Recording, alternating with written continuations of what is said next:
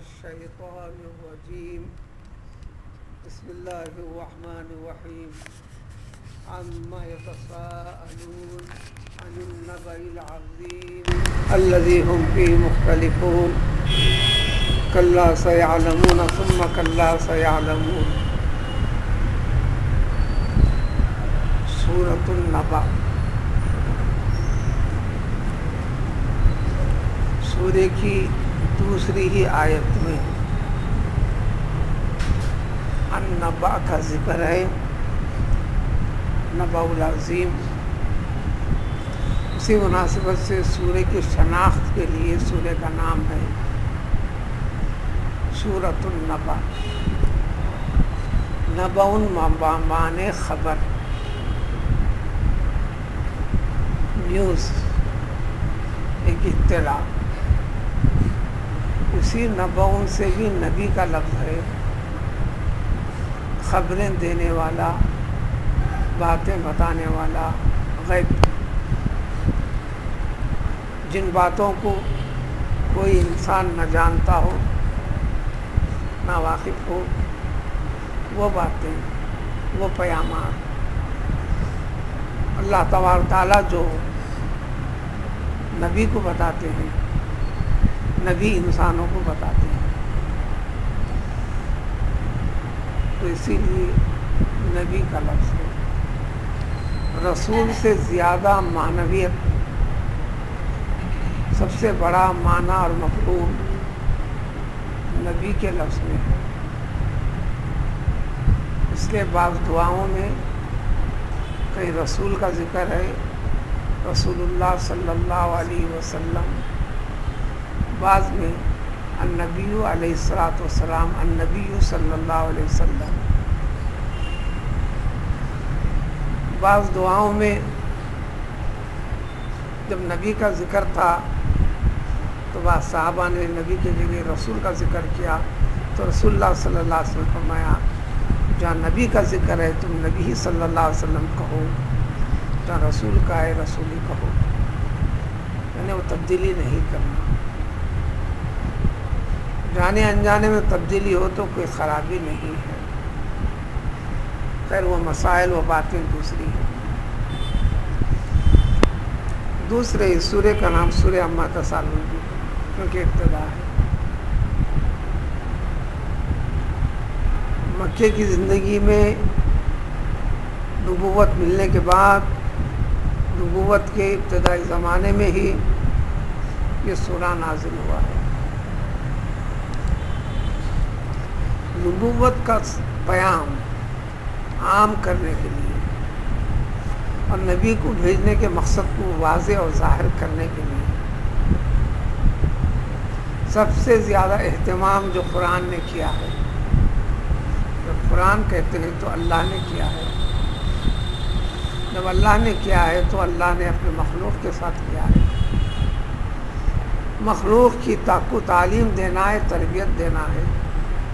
مخلوق کو مخلوق کی غرض اور اہمیت بتانا ہے، اور اس کی انتہا بتانا ہے، اس کا مقصد بتانا ہے.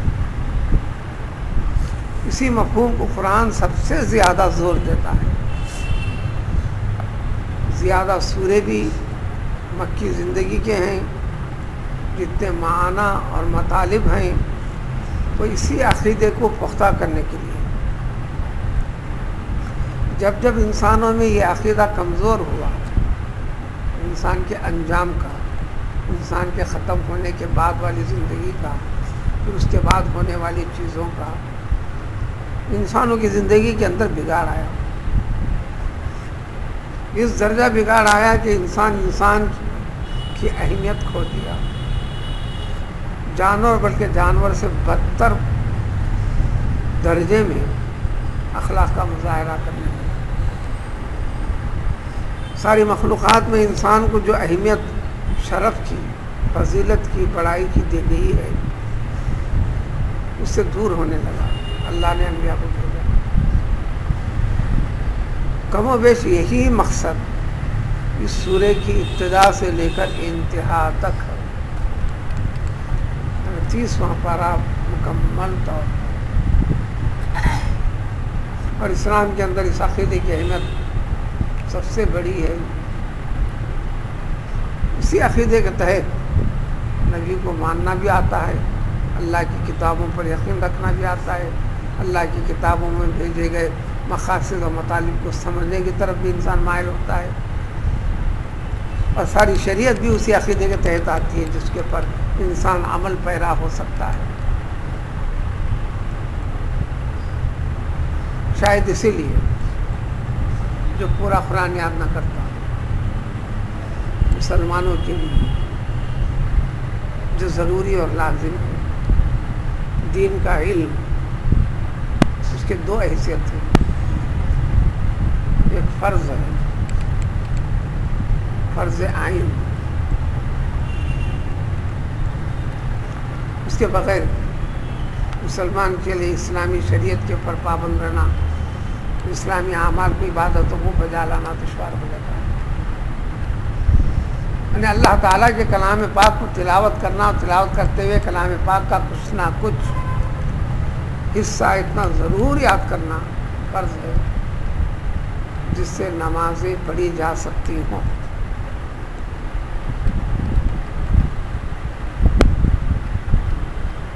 اب پورے قرآن کا یاد کرنا فرض کفایہ. مسلمان قوم کے افراد ہر ایک نہ صحیح بہت سارے افراد اللہ کے کلام پاک کو ابتدا سے انتہا تک زبانی یاد کرنا، پھر ان کلام پاک کے الفاظ کے ذریعے سے کلام پاک کے معنی اور مطالب تک پہنچنا، اس کے مقصد کو جاننا اور سمجھنا. اور جو لوگ حفاظ نہیں ہوتے، عربی زبان سے واقف نہیں ہوتی، ان کے لیے تو اہمیت بڑھ جاتی ہے.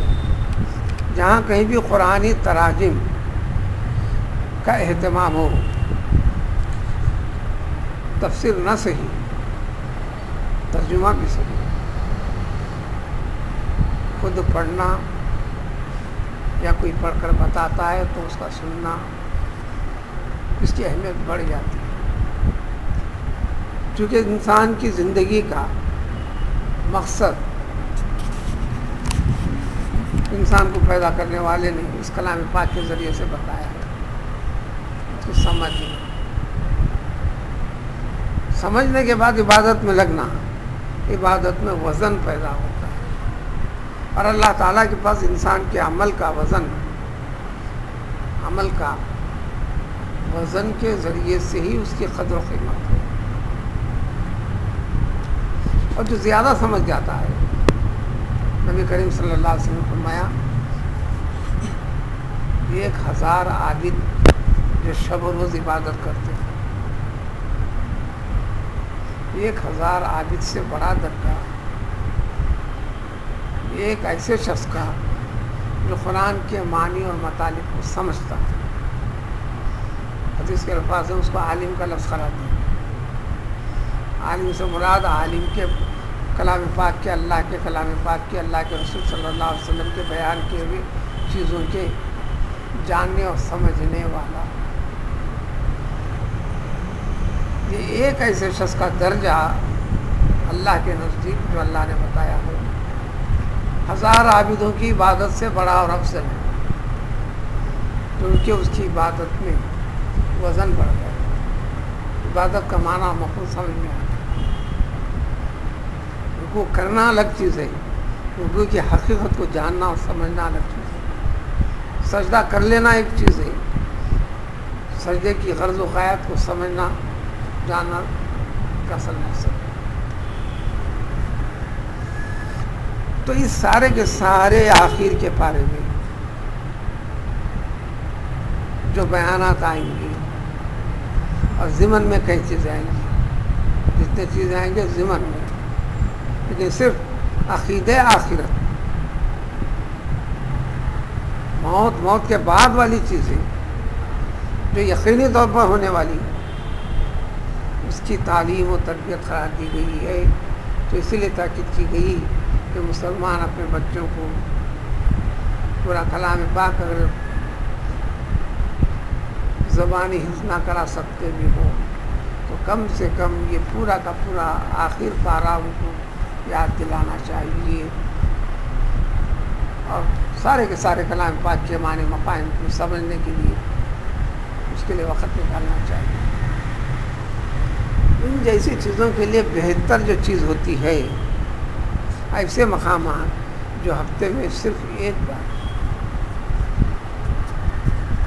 کئی مجلس کا اہتمام ہوتا ہے، چاہے حدیث کے عنوان سے یا قرآن کے ترجمے کے عنوان سے، ایسی مجلسیں انسان کو بڑا عالم بناتی ہیں، ترتیب سے سلسلہ وار پورے دین کا مفہوم سمجھ میں آنے لگتا ہے۔ لیکن وہ تقاریر جو جلسے ہوتے ہیں وہ جزیات ہوتے ہیں، وقتیاتوں پر کسی نہ کسی پہلو پر ابھار کر بطاقت چھوڑ دیا جاتا ہے، نہ سننے سے سننا اچھا ہے، لیکن اس میں پوری تربیت ہو نہیں پاتی۔ لیکن جو مجالس ہوتے ہیں انسان کو انسان بناتے ہیں، بیسیوں معلومات سے اس کو آگاہ کرتے ہیں۔ تاکید بھی ہے روایتوں میں ہفتے میں ایک ہی دن، زیادہ مطالبہ ہے تو 2 دن کی اجازت ہے۔ وجہ بھی بتائی گئی کہ ورنہ آدمی اگتا جاتا ہے روز روز سنتے ہوئے، تو پابندی سے سلسلے کو باقی بھی نہیں رکھتا، کچھ ادھوری باتیں سن لیتا ہے، کچھ باتیں چھوٹ جاتی ہیں وغیرہ وغیرہ۔ پیغمبر تشریف لائے، پیغمبر کو پیغمبری کا مقصد اللہ نے بتایا۔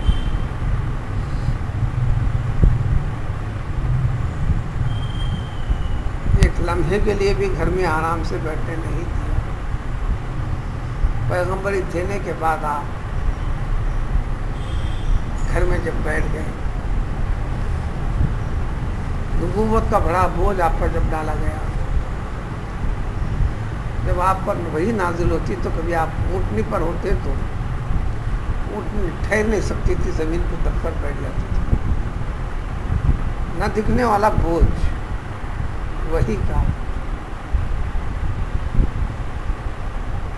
جب وہ کیفیت سب سے قوی اور بڑے جانور پر ہوئی تو نبی کریم صلی اللہ علیہ وسلم کے لیے بھی ہوتی تھی۔ سخت سرما میں وہ سرما جو 1 گھنٹہ گلاس میں پانی رکھنے کے بعد خود بخود بغیر فریزر کے پورا برف میں تبدیل ہو جاتا تھا۔ نبی کریم صلی اللہ علیہ وسلم کا پورا بدن مبارک پسینے سے بھر جاتا تھا۔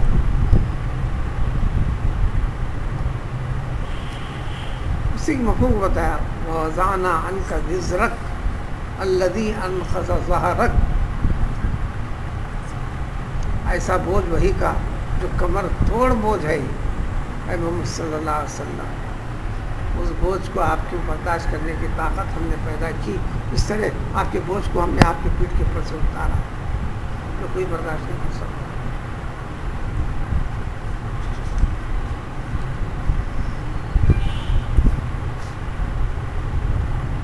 تو یا ایھا المدثر کے ذریعے سے اللہ نے اعلان کر دیا، قم فانذر، اے محمد بیٹھنا نہیں، اٹھ کے تو کام شروع کیجیے۔ کہاں سے کیسا شروع کرنا؟ اپنے خاندان سے شروع کیجیے، اپنے قریبی لوگوں سے شروع کیجیے، پھر بڑھتے جائے گا۔ بات جب آگے بڑھی، مکے کے لوگوں نے آپس میں بحث مباحثے شروع کیے، اور بات کی ابتدا ہوئی عقیدہ آخرت سے۔ بات ابتدا ہوئی نبی کی نبوت کا اعلان اور اس کے مقاصد کو بیان کرنا، اللہ کے مقصد کی تعمیل و تکمیل کو آگے بڑھانا، وہ عقیدہ آخرت سے شروع۔ تو مجلسیں ہونے لگی، لوگ آپس میں جمع ہو کر بحثیں کرنے لگے۔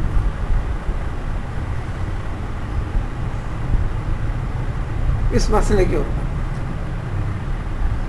تو یہ بحثیں اور مجلسیں دو قسم کی ہوتی ہیں، اس میں ایک جائز ہے ایک ناجائز. جائز حقیقت کو معلوم کرنے کے لیے، بات کو سمجھنے کے لیے، نامعلوم مسئلے کو تحقیق کرنے کے لیے اس کا حکم ہے، اجازت ہے، ثواب ہے. اور ایسی مجلس، ایسی بیٹھک، ایسا مجموعہ یا اس قسم بحث کے لیے جمع ہونا جس میں بحث کے لیے مذاق اڑانا، میں ایسا کرتا یعنی اس کا انکار کرنے کے لیے، وہ مجلس حرام ہے، گناہ ہے، ناجائز ہے. قرآن نے درمیان میں ذکر کیا ایک سے زائد جگہ پر، اگر ایسی مجلس میں اتفاق سے تمہارا بیٹھنا ہو جائے، تمہاری حاضری ہو، تمہیں وہ طاقت ہے تو روکو. ورنہ قرآن نے کہا اپنے آپ کو اس مجلس سے علیحدہ کر لو، نکل جاؤ، ہٹ جاؤ. اگر نہیں ہٹو گی تو تم بھی ان کی مجلس کے مقصد میں شامل ہو جاؤ.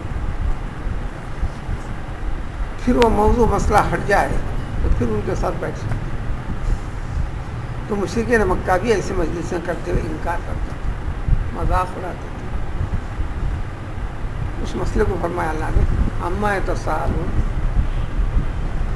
کس چیز کے بارے میں یہ لوگ آپس میں پوچھ تاچھ کر رہے ہیں، باتیں کر رہے ہیں، چینیاں کیا کر رہے ہیں، حقیقت جاننے کے لیے. اور یہ آپس میں جو بحثیں کر رہے ہیں النبأ العظیم کے بارے میں، ساری کائنات کو پیدا کیا اللہ تعالیٰ نے، جو اس کی قدرت کا کمال ہے، بڑی چیز ہے. اب ساری کائنات کو وجود میں لانے کے بعد، اس کو اس کے نظام پر قائم اور باقی رکھنے کے بعد، ان کی ضروریات کی تکمیل کرنے کے بعد، یہ ساری چیزیں کرنا، یہ اسی کا معنی ہے رب العالمین کا مطلب ہے. ہر چیز کو پیدا کیا ہے غرض کے لیے، اس مقصد کے اوپر باقی رکھ رہا ہے، چلا رہا ہے، نگرانی رکھ رہا ہے، ان کے مناسبت سے وہ چیزیں اس کو فراہم کر رہا ہے. یہ معاملات سے جو تعلق ہے اس کو کہتے ہیں رب. اور وہ اللہ تعالیٰ رب جتنے عالم بنایا ہے ان تمام کی چیزوں کو ملحوظ رکھا ہے. جمادات کو ان کی حیثیت سے، نباتات کو ان کی حیثیت سے، حیوانات کو ان کی حیثیت سے، اور ان کے علاوہ بھی جتنے مخلوقات ہیں ان کی حیثیت سے، ان کو ان کی اپنی فطرت کے پر قائم و باقی رکھنا چلانا، یہ ہے رب العالمین. ان چیزوں میں سے کسی چیز کو دیکھ کر رب کا درجہ دے دینا، بڑائی کا درجہ دے دینا، یہ ہے شرک. اصل اللہ کا تو انکار کسی کو نہیں ہے، اور یہ کام اللہ تعالیٰ کی، ان کاموں کو، اللہ کے کام کو دوسرے کی طرف رجوع کر دینا، موڑ دینا، یہ شرک. اس سے پورے کے پورے قرآن کی سب سے پہلی ابتدا الحمدللہ رب العالمین سے، کہ سارے عالموں کے رب کی ربوبیت کو جانو اور سمجھو. تو پھر توحید کا سبق یہی ہے. اس میں بگاڑ ہے تو وہ شرک ہے، وہ کفر ہے. زندہ رکھ رہا ہے وہ، کھلا رہا ہے وہ، باقی رکھ رہا ہے وہ، یہ سب ربوبیت. تو گئے پہلی آیت کے اندر الحمدللہ رب العالمین کے اندر سارے کائنات کے غرض و غائب کو بتلا کر کہہ دیا کہ دیکھو ان ساری کی ساری چیزوں کا خلاصہ اور مطلب، ان کے پیچھے جو چیز ہے وہی اللہ تعالیٰ ہے. سارے کام اسی کے ہیں، ہر کام کو اسی کے لیے سمجھو. لیکن ساری کی ساری چیزوں کو اللہ تعالیٰ نے سبب کے ساتھ جوڑا. سبب پیدا کرنے والا، سبب کے پیچھے رہنے والی ذات اللہ کی. بندہ سبب تک آ رہا ہے، سبب پیدا کرنے والے کو، اس کے پیچھے اس سبب کو چلانے والے کو ادھر توجہ ہٹا رہا ہے، اسی کی تربیت دینا. تو چاہیے اس بڑی خبر کے بارے میں، ان ساری کائنات کے بعد، اس کے بعد سب سے بڑی خبر ہے یہ ساری کی ساری کائنات کو ختم کر دیں گے. جو انسان محال سمجھ رہا ہے گفتگو کر رہا ہے. اب اس کے بعد سب سے بڑی خبر ہے تو نبأ عظیم ہے، یعنی قیامت. تو اس طرح قیامت کے کئی نام ہیں قرآن میں. ان میں سے ایک نام ہے النبأ العظیم، قیامت. اس سے بڑی بات اور کوئی ہے ہی نہیں. بات ہے تو نہیں. اس کے بارے میں مذاق کر رہے ہیں اور ماننے والوں سے بحث کر رہے ہیں. الذی ہم فی مختلفون. ماننے والوں کا مذاق اڑا رہے ہیں، ان سے اختلافات کر رہے ہیں. لہذا تم اس کو دشوار سمجھ رہے ہو، ناممکن سمجھ رہے ہو. کلا، ہرگز ہرگز ایسا نہیں. اللہ کے بندو، سیعلمون، جان جاؤ گے، تمہیں پتہ چل جائے گا. ثم کلا سیعلمون، پھر تاکید کے ساتھ ہرگز ہرگز ایسا نہیں سمجھنا، تم کو پتہ چل جائے گا. زیادہ دور نہیں، بہت جلد پتہ چلے گا. بہت جلد کے لیے عربی کے اندر کسی بھی ورب کو سین لگا دیتے ہیں. یقول کو سیقول، یعلمون کو سیعلمون. بہت ہی شارٹ پیریڈ میں یہ بات تم کو واضح ہو جائے گی. یعنی جب انسان مر جائے گا تو شروع ہو جائے گی. جس کو ناممکن سمجھ رہا تھا سب سمجھ میں آ جائے گا. کوئی زیادہ دور نہیں ہے. انسان کی زندگی مختصر.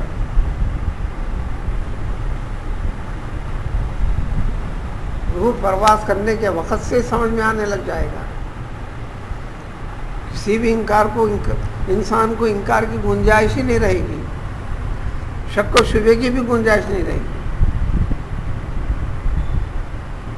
یہ اعلان کر دیا، فیصلہ سنا دیا اللہ نے. اس فیصلے کو انسان کی عقل سے قریب تر کرنے کے لیے، آسانی کے ساتھ دماغ قبول کرنے کے لیے درکار چیزیں جو قدرت سے جڑی ہوئی ہیں، اس کو سلسلے وار ترتیب سے اگلی آیتوں میں